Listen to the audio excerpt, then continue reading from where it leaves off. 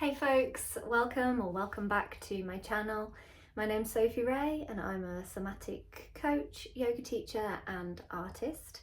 And I'm showing up this week to talk about a somatic approach in response to the Mental Health Awareness Week, moving more for your mental health and finding moments each day to move your body. Now, today I wanted to talk about a nervous system response known as freeze or shutdown, because it's not always easy to move our bodies. If you are in that freeze state, and it could appear as depression, it could be due to a trauma response. If you are in that state of not being able to connect to your body, feeling like you are paralyzed, like you are frozen, then where do you start with that? How do you start to move your body? And how do you move more when you are literally frozen and it doesn't feel safe to move and you don't trust your body to move in a way that is going to support you? So I wanted to just talk a little bit about that and do a short practice with you.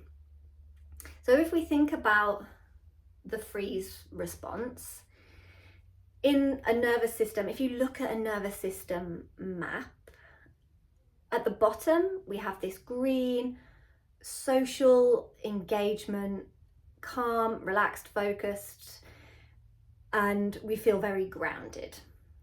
We are capable, we are resilient, we can respond to things from that grounded space. So it's not gonna knock us off course.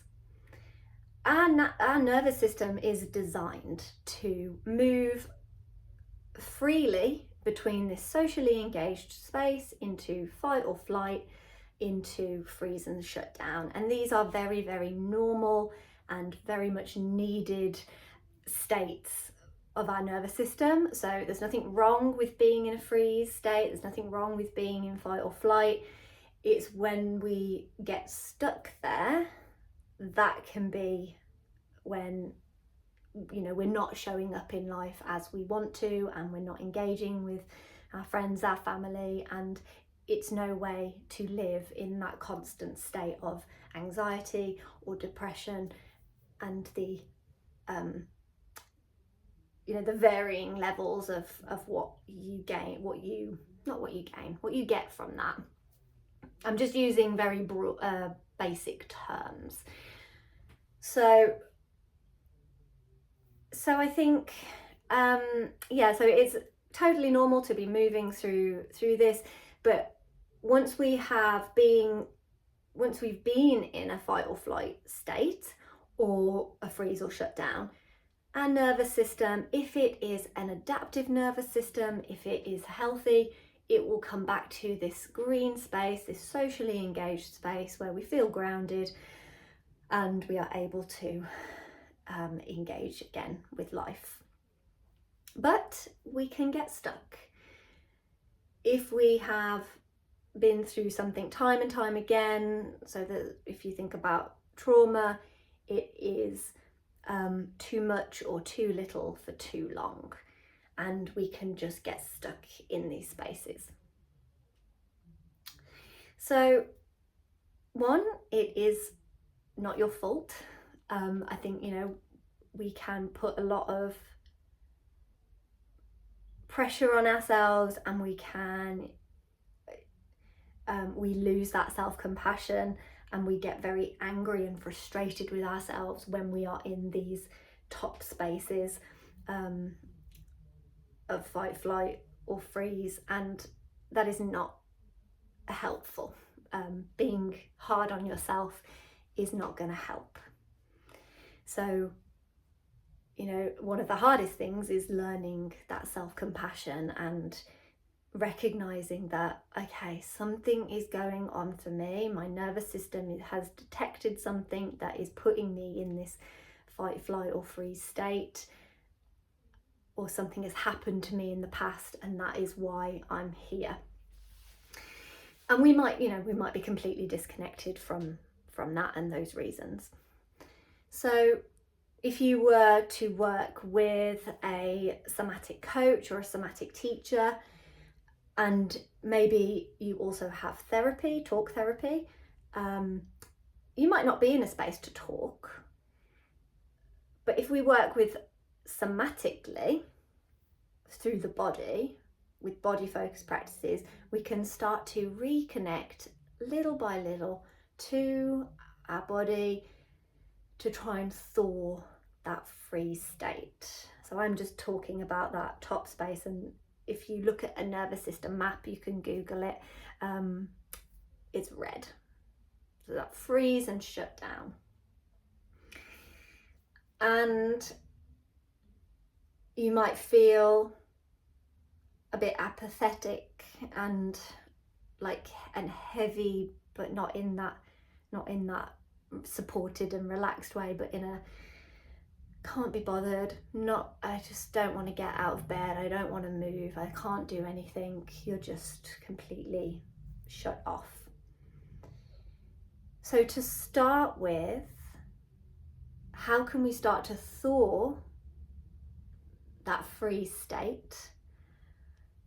And it's tiny little movements. When you're in that freeze state, it's really hard to listen to people, to take in information, and communicate with people. So actually, you might not be taking in cues if you're in a yoga class, or if you're trying to do this big lots of movement, you might not be ready for that. So a trauma sensitive way of doing that is to slow it down and try one little movement that is quite a natural movement. And that could be movements in your neck. So it could be bringing the chin down towards the chest and then lifting the head up like you are nodding. And starting to take a few deeper breaths in through the nose, down to the belly, and out through the mouth. And even that might be challenging to start with.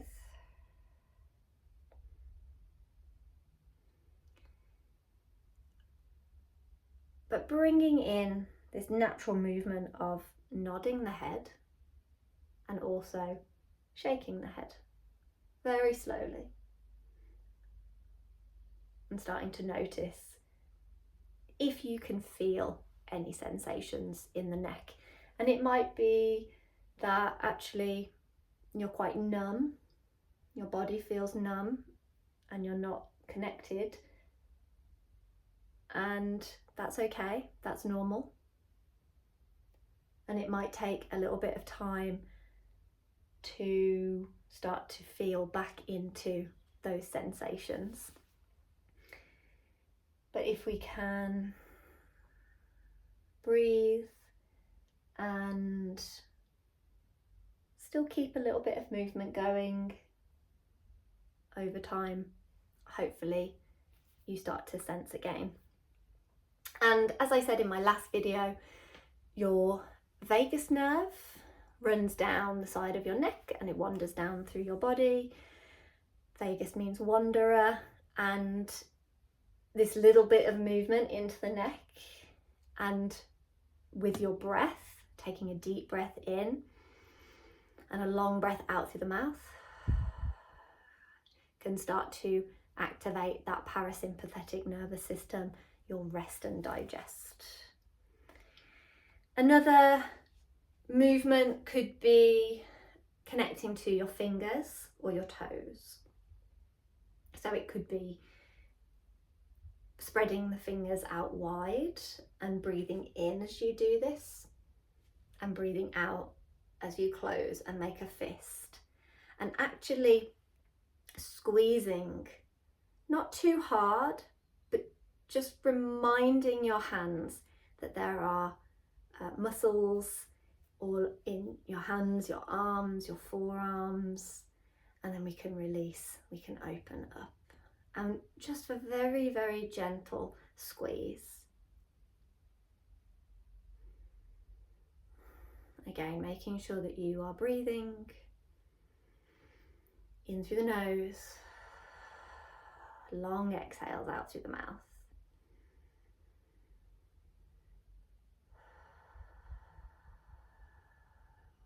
Starting to wake up a little bit of energy, a little bit of prana in the fingers, in the palms.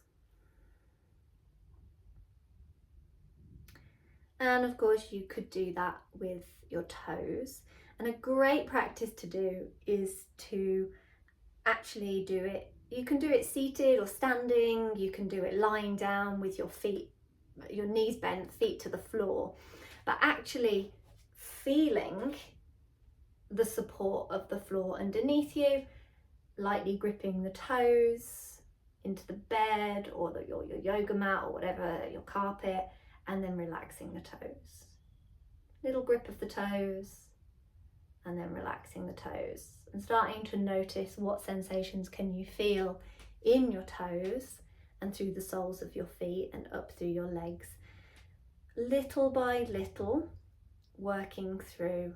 You stop when you need to. If it gets too much, you stop.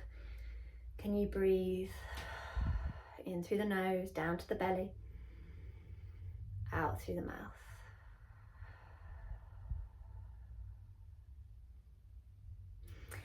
And then as time goes on, you might start to, when you start to feel more mobilized, so we go from this immobilization into mobilization, you can start to add maybe some more movements through your body, through your joints.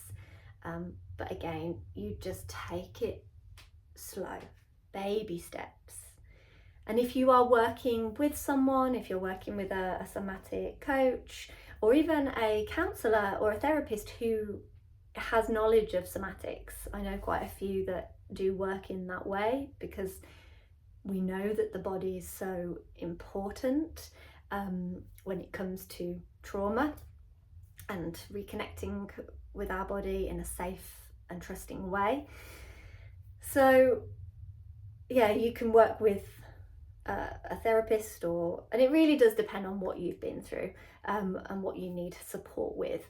But if you are working with a somatic teacher and a somatic coach, we would take it one step at a time, and then you have somebody there with you to hold that space, witness what is going on for you, and give you that that permission to stop when you need to come back to the room, the space. You can do that with all of these practices with your eyes open. You don't have to close them. You can, keep your eyes open. You might even have something that feels quite soothing to you if you have an object, or you might have a piece of jewelry or something that you can keep with you, and that can be quite a comfort. So when you're doing these practices and you've got that thing that you can then reconnect back with, that is external to you if it doesn't feel safe to connect within. So I really hope that this has been helpful and that it has made sense. And I will link below details of my website, and if you would like to reach out and talk more about trauma-informed somatic coaching, then please do get in touch, and I wish you a safe and gentle mental health awareness week. Thank you so much. I'll see you soon. Bye.